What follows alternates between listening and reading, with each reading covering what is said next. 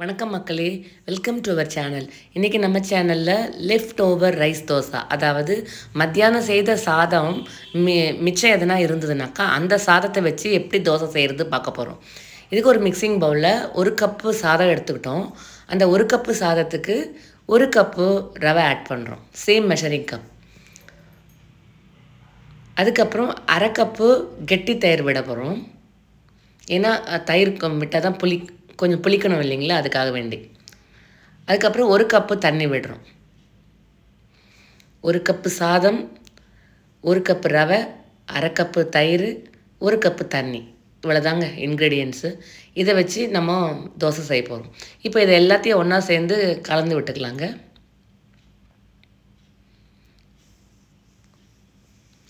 சாதம் மிச்சமாகிடுச்சுனாக்கா நம்ம அதை பல விதமாக யூஸ் பண்ணுவோம். பட் தோசையாகவும் யூஸ் பண்ணலாங்கிறதுக்கு இந்த வீடியோ நான் போட்டிருக்கேங்க. ஸோ இந்த அளவுக்கு மிக்ஸ் பண்ண பிறகு நம்ம ஒரு மூடி போட்டு மூடி வச்சிடலாம். அது ஒரு 20 மினிட்ஸ் அப்படியே இருக்கட்டுங்க. ஏன்னா அதில் இருக்க ரவை அந்த தண்ணியெல்லாம் உறிஞ்சிக்கும். தண்ணியெல்லாம் உறிஞ்ச அப்புறம் பாருங்கள் எப்படி இருக்குது, கெட்டியாகிட்ருக்கும் அந்த மாவு.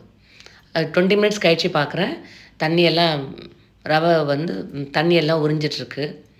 இப்போ கெட்டியாகிட்ருக்கு. இப்போ இதை நம்ம ஒரு மிக்ஸி ஜாரில் போட்டு பிளெண்ட் பண்ண போகிறோம். இப்போ நான் மிக்ஸி ஜாரில் ட்ரான்ஸ்ஃபர் பண்ணிக்கிறேன். 1 ட்ராப் தண்ணி எக்ஸ்ட்ரா எதுவும் விட போகிறதில்ல. ஏற்கனவே நம்ம பவுலில் என்ன இருக்கோ அதை அப்படியே கொட்டி நம்ம பிளெண்ட் பண்ண போகிறோம். தண்ணி விட வேண்டிய அவசியம் இல்லை. நல்லா பிளெண்ட் ஆனவுடனே ஸ்மூத் ஆகிடுச்சு பாருங்கள். ரொம்ப மைய மாவு மாதிரி இருக்குது பாருங்கள். ஸோ நம்ம எந்த தண்ணியுமே ஆட் பண்ணலை, ஆனாலும் அது பாருங்கள் அந்த தோசை மாவு கன்சிஸ்டன்சிக்கே வந்தாச்சு.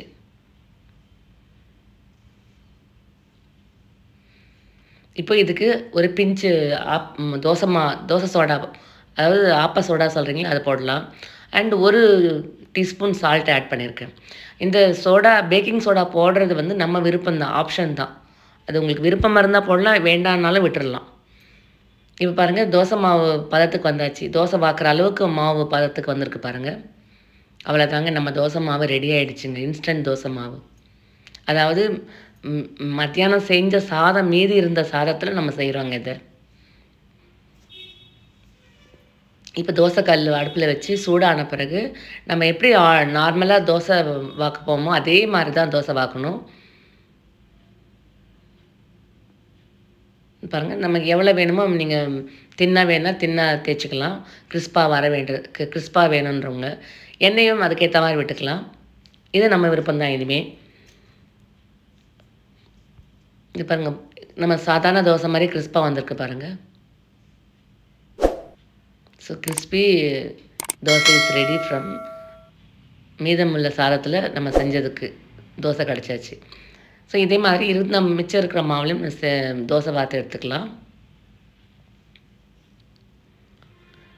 இது வரைக்கும் என்னோடய சேனல் சப்ஸ்கிரைப் பண்ணாதவங்க please subscribe my channel friends. இது பாருங்கள் எவ்வளோ கிறிஸ்பியாக இருக்குது பாருங்கள். இதுக்கு சட்னி எந்த சட்னி வேணால் இதுக்கு மேட்ச் ஆகிடும். தேங்காய் சட்னி, கார சட்னி, ஆனியன் சட்னி, இல்லை நம்ம மத்தியானம் எதனா சாம்பாரோ குழம்போ வச்சுருந்தாக்கா அது கூட இதுக்கு சூட்டபுளாக இருக்குங்க. மிளகாப்பொடி வச்சு சாப்பிட்டாலும் ரொம்ப நல்லாயிருக்கும். அண்ட் தேங்க்ஸ் ஃபார் வாட்சிங் மை வீடியோ. நீங்களும் இதை வீட்டில் செஞ்சு பார்த்து கமெண்ட்ஸ் கொடுங்க எனக்கு. பாருங்கள் எவ்வளோ பார்க்குறதுக்கு எவ்வளோ நம்ம சாதாரண தோசை மாதிரி இருக்குது பாருங்கள். நார்மல் மாவில் செஞ்ச தோசை மாதிரி இருக்குது. லைக் பண்ணுங்கள், ஷேர் பண்ணுங்கள், சப்ஸ்கிரைப் பண்ணுங்கள்.